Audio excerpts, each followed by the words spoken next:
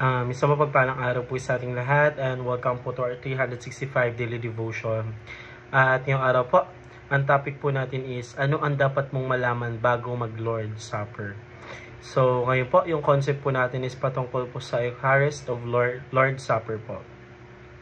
So sabi po dito, the Eucharist po, also known as the Lord's Supper po or communion, is a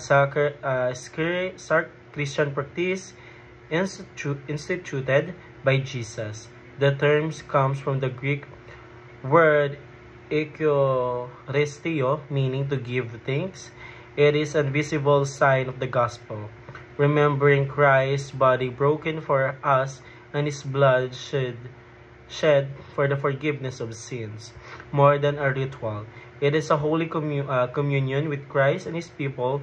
It nourishes our faith, strengthens our unity, and reminds us of the cross, the resurrection, and the hope of his return. So yun po yung sa concept po natin. And now tayo po dumako po sa ating purpose, doing the Lordship po. Una, to remember Christ once for all sacrifice. Pangalawa, to nourish the believers with Christ's real spiritual presence. Pangatlo po, to strengthen the faith of the believers. Pang-apat, to remind the believers that they belong to one body. Pang-lima po is to anticipate the physical return of Christ. So yun po yung purpose for doing the Lord's Supper po. And now, tayo naman po dumako po sa ating Bible reading po na matatagpuan po sa Luke chapter 22 verse 19 to 20. At ito po sabi po sa English. Sorry. Wait lang pa. Ito. At he took bread, and when he had given thanks, he broke it and gave it to them, saying, "This is my body, which is given for you. Do this in remembrance of me." And likewise the cup after they had eaten, saying, "This cup is poured out of your is the new covenant in my blood." So, ito naman po ang sabi po sa Tagalog po.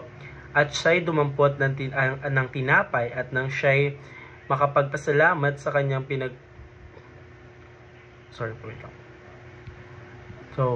pinagputol-putol at binigay sa kanila at sinabi, "Ito'y aking katawan na ibinibigay dahil sa inyo.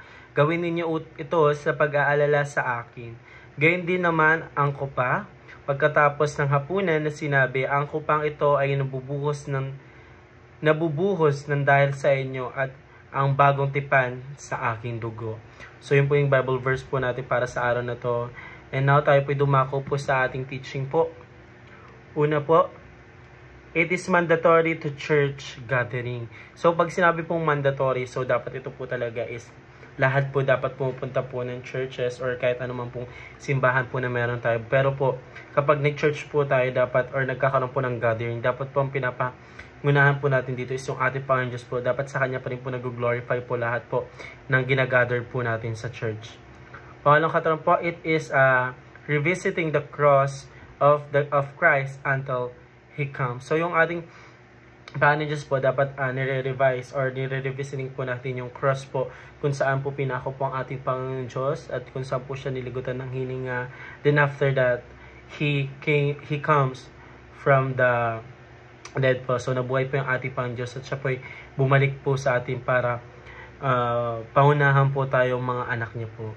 So pangatlo po, it helps believer experience the real spiritual presence of Christ. So tinutulungan daw po ng mga believers or para ma-experience po yung totoong real pag-spiritual po pagdating po sa presence po ng ating Panginoon Diyos. Kasi po tayo po mga believers po, once kapag nagkakaroon po tayo ng spiritual po or ng real spiritual po sa pamamagitan po ng presence ng ating Panginoon Diyos is parang ang ating Panginoon Diyos po is na lagi po nasa puso po natin, hindi na po siya nawawala. So we are always glorify Him no matter what we do po. So yun naman po para sa araw nito. Maraming salamat po sa pakikinig and see you po ulit bukas para po sa ating daily devotion.